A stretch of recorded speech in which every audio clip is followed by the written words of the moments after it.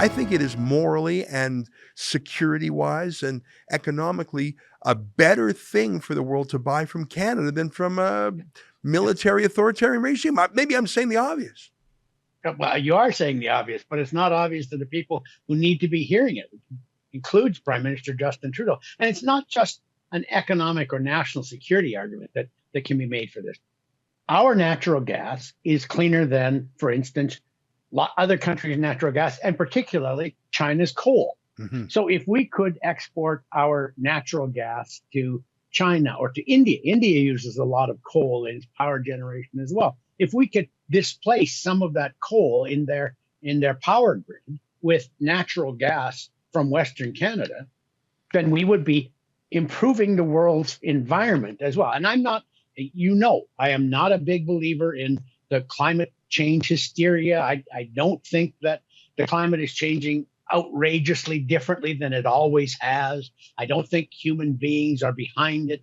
But if you accept that that's the case, if you are going to buy into the global warming theory, then buying natural gas from democracies where they value the environment and they work hard to reduce the number of emissions created when they pump the gas out of the ground, then it's an environmental argument too. I mean, for instance, the Norwegians, we're going to get them shoved in our faces for the next 5 or 6 years because they are well ahead of us in going into electrical vehicles, EVs.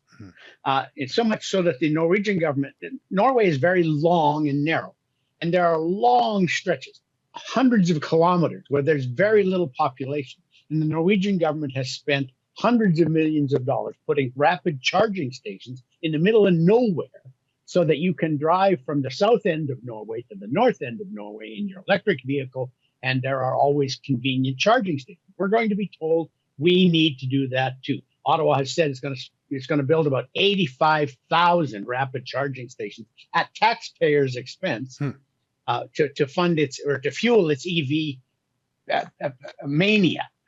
Probably the best way to describe it is a mania. And where am I going with EVs? How do you think the Norwegians are paying for this? They're pumping oil and gas out of the North Sea. And when they sell that abroad, they say, well, our oil and gas is cleaner than the oil and gas that you can get from Venezuela or from Saudi Arabia or from any of the dictatorships that have gas and oil. So therefore, we get credit. We give ourselves credit for having sold oil and gas to these countries. And we say we're helping the world's environment. The Trudeau government are such cultists that they simply cannot allow themselves to do that. It's wrong to sell any kind of fossil fuel. It's terrible that we should be using carbon-based fuel of any sort. We shouldn't be selling it to anyone. It should be kept in the ground. My goodness, we're just destroying the planet. And that's the kind of hysteria that we're dealing with.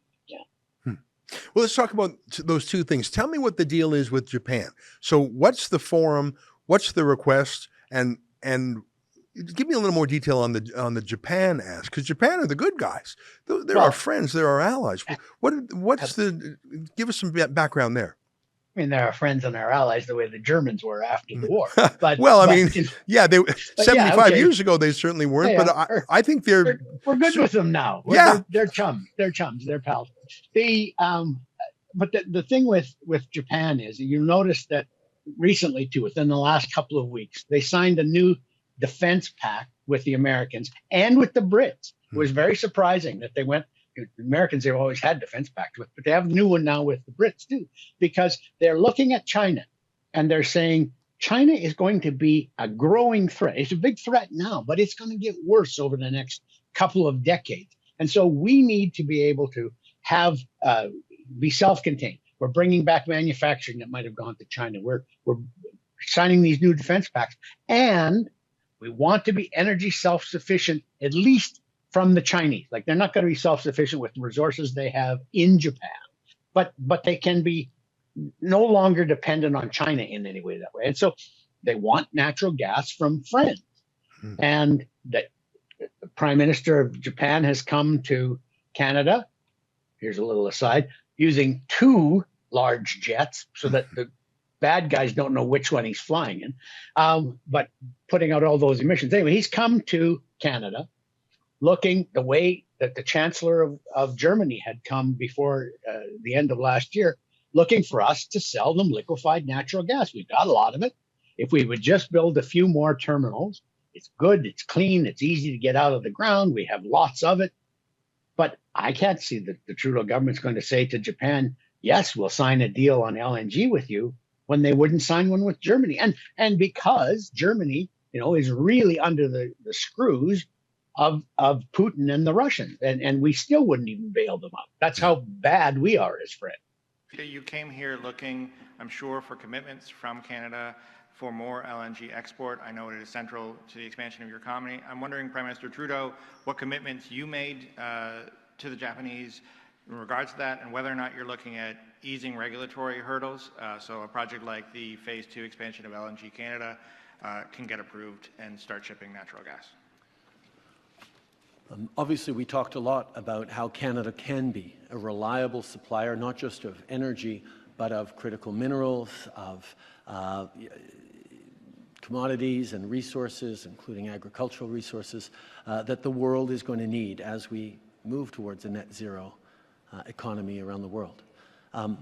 We're very excited about the LNG Canada project, which was the largest private investment in Canada, a project led by Shell on the West Coast, in which a Japanese company, Mitsubishi, is a significant partner, because we know that being a reliable supplier of energy is important. And we're going to continue to look for ways to be that reliable supplier of energy. But even as we do talk about things like LNG and other traditional sources of energy, we know the world is moving aggressively and meaningfully towards decarbonizing, towards diversifying, towards more renewables.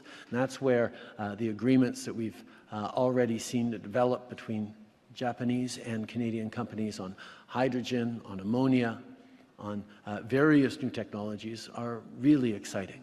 As I mentioned, there's going to be a number of Japanese CEOs coming to Canada in the coming months from the Battery Association, an industry association around batteries in Japan, very interested in becoming part of our battery supply chain, which was recently recognized as the second most important in the world.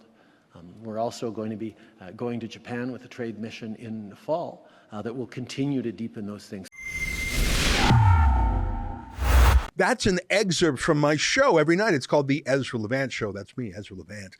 You can see the whole thing behind our paywall. Well, there's a lot of goodies behind there. I do a show every weeknight. My friends Sheila Gunn Reid and David Menzies and Nat and Kat have their shows too. You get a ton of content for just $8 a month.